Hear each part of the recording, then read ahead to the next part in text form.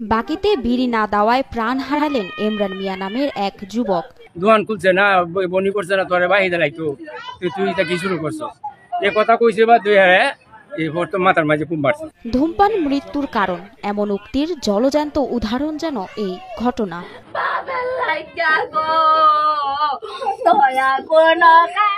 সুনামগঞ্জের তাহিরপুর উপজেলার বাদাঘাট ইউনিয়নের হুসনার ঘাট গ্রামের বাড়িতে মুদি দোকান চালান ৩৫ বছর বয়সী ইমরান। তেল, সাবান সহ বিভিন্ন দৈনন্দিন সামগ্রী বিক্রি করেন তিনি।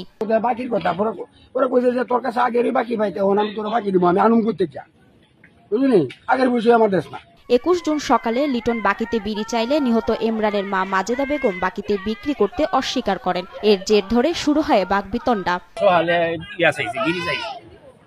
বিড়ি চাইছে আগে, আরো বাহির পয়সা পাইব। আমাদের হেরা কইছে যে সকালের সময় আমি তখন বুঝছি না, তো তোরা আমি কেমন বিড়ি দিলাম, বিড়ি না দেওয়া থেকে ওই হ্যার মার লগে ঝগড়া লাগছে পরে তখন এ সময় ঘরের ভেতর থেকে বের হয়ে আসেন ইমরান। কথা কাটাকাটির জেরে নিজের বাড়ি থেকে দা ও ছুরি এনে ইমরানের মাথায় আঘাত করেন লিটন। এক পর্যায়ে ছুরি দিয়ে বুকে আঘাত করলে সাথে সাথে মাটিতে লুটিয়ে পড়েন ইমরান।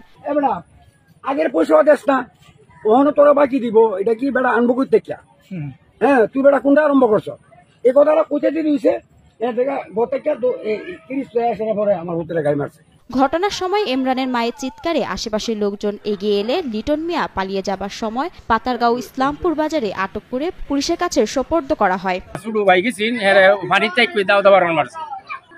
দুইটা দাও আছে, এর বাদে আমার পুতা কইতাছে যে হ্যার বিচার ধরে লাভ নাই, আমরা রুগী লইয়া হাসপাতাল যাই। তোরাতুরি কইয়া নৌকার মাঝে বইরা লইয়া হাসপাতাল গেছে, যাওয়ার পথই মারা গেছে।